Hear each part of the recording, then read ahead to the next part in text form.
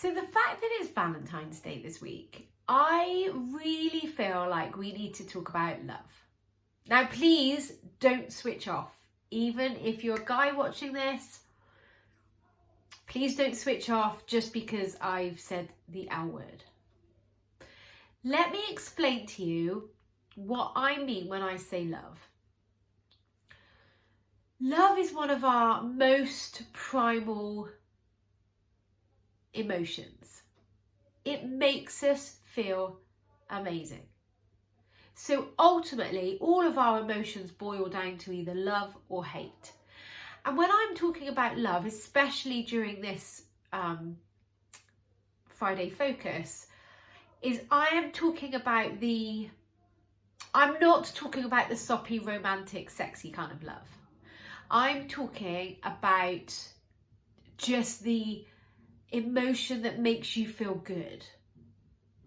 And when you feel good, you are able to be the best version of yourself. And I think a lot of us struggle with loving ourselves and sometimes showing the emotion of love. And if you do identify as a man in this world, and you have been conditioned to believe that you don't have emotions, that's not true.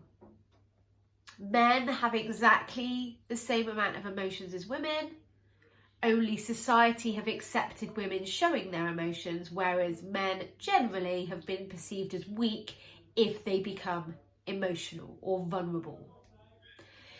So don't switch off. Just stay with me. Just give yourself permission, just for the next 5 minutes, to consider what it would be like to experience the emotion of love rather than hate or frustration or anger or fear. So there are two different concepts that I want to talk about. One is called lovability and the other is called unconditional love. Now, I haven't made these up. My teacher, Brooke Castillo at the Life Coach School, created these concepts. And lovability, I think, is especially important to understand if you don't really like yourself. If you're trying to get your partner to prove their love for you, to prove that you're lovable, I really want you to hear this. Your lovability, how lovable you are, is 100%. You are 100% lovable purely because you were a human born on this planet.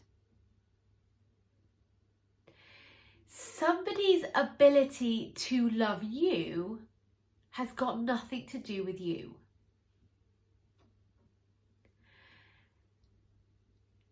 What creates love, the emotion of love, are thoughts that we have in our head. So I love my boys, my 2 children. I love them literally because I'm thinking, I love them. I think they're amazing. So those thoughts create that emotion. That's my responsibility to generate that emotion. It's not how lovable they are. It's my ability to create the emotion of love that creates someone's love ability. So if you're constantly seeking approval or verification or something outside of you to prove that you're lovable, you are 100% lovable. You don't need to change in order for someone else to love you. Someone else's ability to love you is based on their ability to create the emotion of love by thoughts that they're having in their head. That's on them. That's got nothing to do with you and your worth.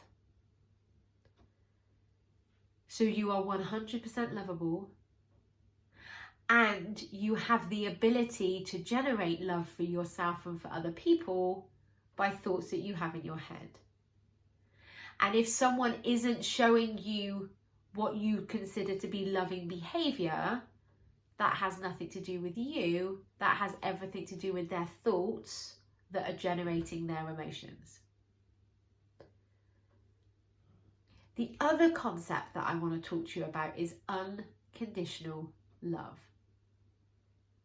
Now, unconditional love is when you choose to create the experience of the emotion of love for yourself in your body, regardless of somebody else's behavior.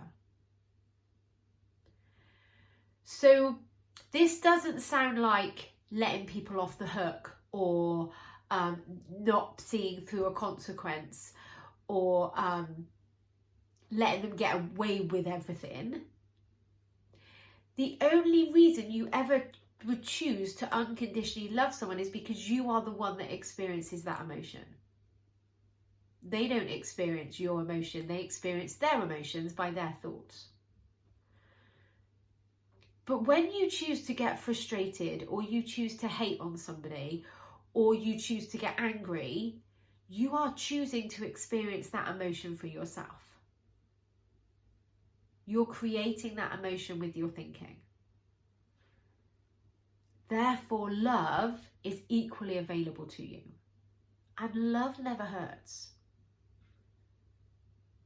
So I very deliberately, very consciously choose love as my primary emotion. Even some of the what would consider to be the most evil people in the world, I choose to love that human because it makes me feel good. They have no idea how I'm feeling, but I do. And just because I love someone, that doesn't mean love a human, it doesn't mean to say that that human then gets away with everything. There still can be a consequence. So love sometimes sounds like no. Love sometimes sounds like, and now you need to go and deal with this consequence. So this is really easy to get your head around when it is someone that you do actually love, someone in your life, like your children, like your partner, like your parents or your friends. It's easy to create that emotion of love. But for a complete stranger in the street, why would you choose to love a complete stranger in the street? Well, the reason you would choose it is because it makes you feel good. So you could meet the most miserable, and I'm thinking of a guy that walks his dog in the same field that I walk mine. He is grumpy, like he's miserable, he scowls, he's quite happy to have a go at you. Like there's nothing happy about him at all. So I could match his irritation, but then I'm feeling shit. Why would I do that to myself? So what I do instead is I'm like, he is a human. There is no perfect human on the planet. We all are perfectly imperfect. I am choosing to unconditionally love him. So love him without condition, purely because it makes me feel good. Then I might say to him, hey, don't have a go at me, or, well, if your dog's aggressive, it needs to be kept on the lead. It's not that I let him get away with anything, but I do that from a place of love because it benefits me. It doesn't benefit him. He doesn't feel my emotions. And you could do this like with the extreme cases in the world, right?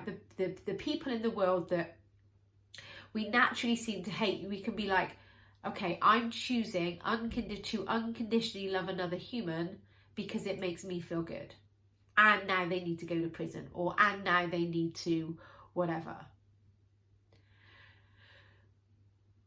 Of course, we could talk about the relationship, romantic, sexy type of love, but the same applies. You create an attraction, you create the emotion of love by thoughts that you're having in your head. So love is always an option. And when you approach a discussion, or you approach a relationship, or you approach another human from a place of unconditional love, so I will love you without conditions, you get to feel good and you get to show up as the best version of yourself. Try it. Let me know how you get on. And if you have any help, if you need any help, sorry, please get in touch with me. This is what I do. I help you create the emotions that you want to feel by thinking thoughts in your head that you want to think. Not for anybody else's benefit, purely for your own. Have an amazing week. Bye.